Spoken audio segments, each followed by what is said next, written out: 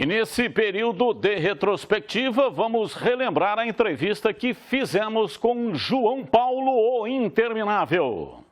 Interminável quem colocou foi você, né? Quando eu estava no final da carreira, eu não parava de jogar nunca e você começou a me chamar de Interminável. Graças a você, foi a você que colocou. Um abraço a todos aí. Ô, João Paulo, parece que aumentou inclusive um pouco o cabelo, hein, João? Tá bacana aí. Você foi lá no médico do Gleger? Tá meio igual aí, tá? Ô, João, por que o futebol brasileiro não produz mais pontas dribladores, agressivos e velocistas como você?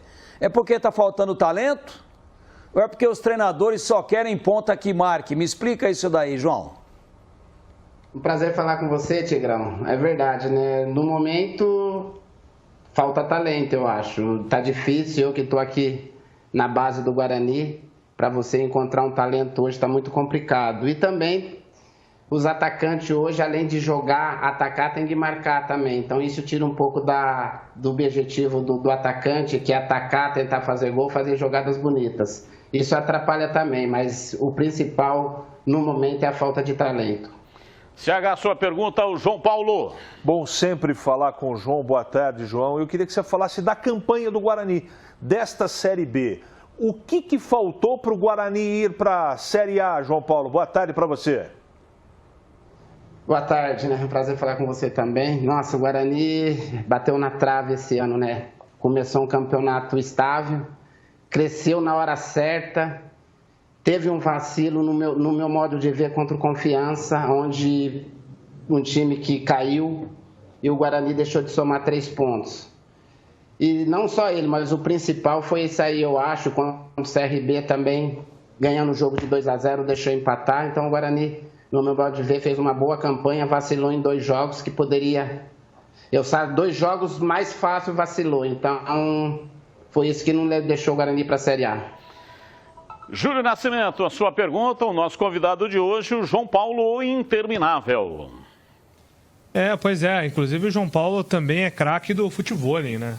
Você aí já viu o João Paulo competindo no futevôlei, gosta da prática e tá ficando cada vez melhor, né, João Paulo? O futevôlei virou um dos seus hobbies favoritos? Sim, depois do futebol, sim. Comecei a jogar, acho que foi uns 2 anos, comecei com o Zenon, né, que começou a me chamar. Gosta também. E é um esporte que você mexe com o corpo inteiro, né? O futevôlei. E te dá técnica também. É difícil jogar, todo mundo vê, pensa que é fácil. Eu fui assistir um campeonato que teve aqui em atmosfera mesmo. Você vê a diferença é muito grande. Então é um esporte muito difícil, mas gostoso. Quem começa não quer parar. Ô, João, falando um pouco do projeto Bugrinho, como que se desenvolve? E também, né, você que tem o contato com esses meninos, os meninos normalmente começam a jogar futebol mirando em ídolos. Quais são os jogadores que são citados para esses meninos que participam do projeto Bugrinho aí com você? É verdade, a gente trabalha, faz 15 anos que eu estou no Guarani, trabalhei muito tempo aqui no projeto, estou aqui no projeto Bugrinho, né? E qual é? Eles identificam os garotos, os moleques que agora, os jogadores que estão na mídia, né? Como aqui no Guarani teve o tempo do Fumagalli, que todos os garotos queriam ver o Fumagalli, Neymar, né? Que tá na moda. Então é esse jogador, ele se espelha nos jogadores que se destacam no momento, porque são todos crianças, né?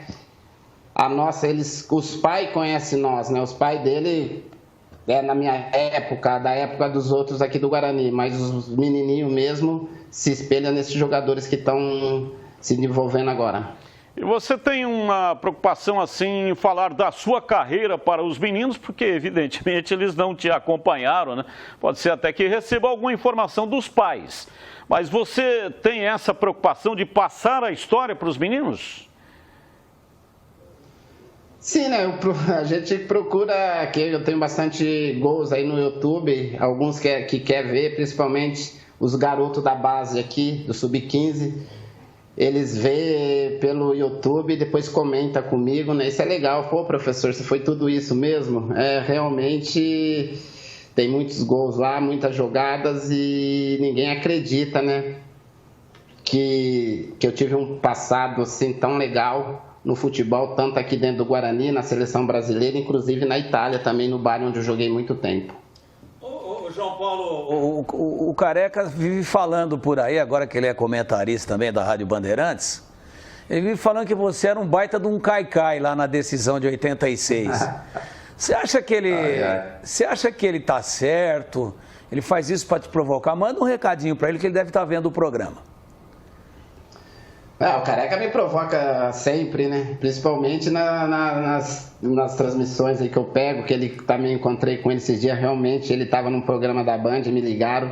Foi o Milton Neves para falar com ele. Ele fala muito daquele pênalti, né? Pênalti claríssimo em 86. Por isso que ele fala que eu sou o Caicai, né? Porque se ele te desse o pênalti, o Guarani poderia ser bicampeão brasileiro.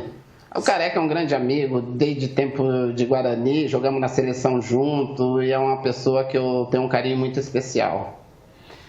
Aliás, não tem como entrevistá-lo, todas as vezes que a gente conversa tem que falar desse pênalti lá em 86, Campeonato Brasileiro, que terminou em 87. Fevereiro de 87, o Guarani seria bicampeão brasileiro, tinha mais time que o São Paulo e acabou perdendo nos pênaltis. E esse pênalti aí, né, no tempo normal de jogo, você foi levantado na área. Quase o zagueiro, quem que era o zagueiro? Wagner Basílio. Wagner Basílio, ele quase quebrou a sua perna, não foi isso, João? Verdade, Wagner Basílio. E quando eu encontrava com ele, depois que parou, que a gente fazia alguns jogos aí do Master, eu falei pra ele, você viu o pênalti que você me fez? Ele fala, que isso, você pulou? Eu falei, pulei nada, você me pegou. Então a gente tem essas brincadeiras, mas todo mundo viu. Se tivesse o VAR hoje, como antigamente tivesse o VAR, era pênalti claro e até expulsão, porque ele veio diretamente na minha perna. Quem que acertou a porrada mais bem dada, o João? O Wagner Basílio ou aquele italiano lá que quase acabou com a tua carreira quando você estava no Bari? Aliás, queria saber se você vai mandar um Feliz Natal para ele, né? Que você adora ele. Nossa, eu nem gosto de falar sobre isso, né? Aquela contusão onde o Marcos Lana, né, entrou de frente. Foi um carrinho de frente, não teve como eu sair. Esses dias passou esse lance também aí no Esporte Espetacular. Nossa, a hora que eu vi, eu fiquei até... Eu caído no chão lá, com frio, chovendo, a dor terrível. Início de jogo, você não tá com a temperatura quente ainda. Esse lance aí que foi em 91, onde eu tive uma fratura posta na perna, fiquei muito tempo parado. João Paulo, interminável, participou com a gente. Tigrão e CH, começa com o Tigrão. Numa escala aí dos jogadores mais importantes da história do Guarani, o João Paulo você coloca em que posição? Posição das mais altas, E o João Paulo, ele não tem hoje uma vida mais confortável do que tem, apesar de estar muito bem, graças a Deus. Ele, o Tozin, o Sérgio Neri, né, que vive problemas sérios, enfim... Todos aqueles jogadores do time maravilhoso do Gainetti, Carlos Gainetti, de 1986, por um erro gravíssimo de arbitragem. Então, quando você fala Zé Carlos, Renato e Zenon, o tripé campeão brasileiro de 78. Mas quando você fala de Evair, de João Paulo, né, do Sérgio Neri, um timaço, Marco Antônio Boiadeiro, um timaço. Eles estariam na mesma prateleira e ocupando a mesma galeria de honra do time de Neneca, Mauro, Gomes, Edson e Miranda, Zé Carlos, Renato e Zenon, Capitão Careca e Bozó. Seria a mesma prateleira, só que houve um erro absurdo que tirou o bicampeonato do Guarani. Então o João Paulo, para mim, ocupa uma posição de muito destaque. Foi um dos maiores jogadores da história do Guarani em todos os tempos. E para você, CH? E o mais incrível do João Paulo é que ele é um cara de bem com a vida, né? Lá no futebol italiano arrebentaram com o joelho dele, ele não foi uma Copa do Mundo. E em 86 o Aragão tirou o título do Guarani de campeão brasileiro. E mesmo assim ele é um cara feliz, não é revoltado. Imagina se esse rapaz tivesse jogado uma Copa do Mundo e tivesse levantado o título de 86. Seguramente, Batista, entre os principais jogadores do Guarani de toda a história.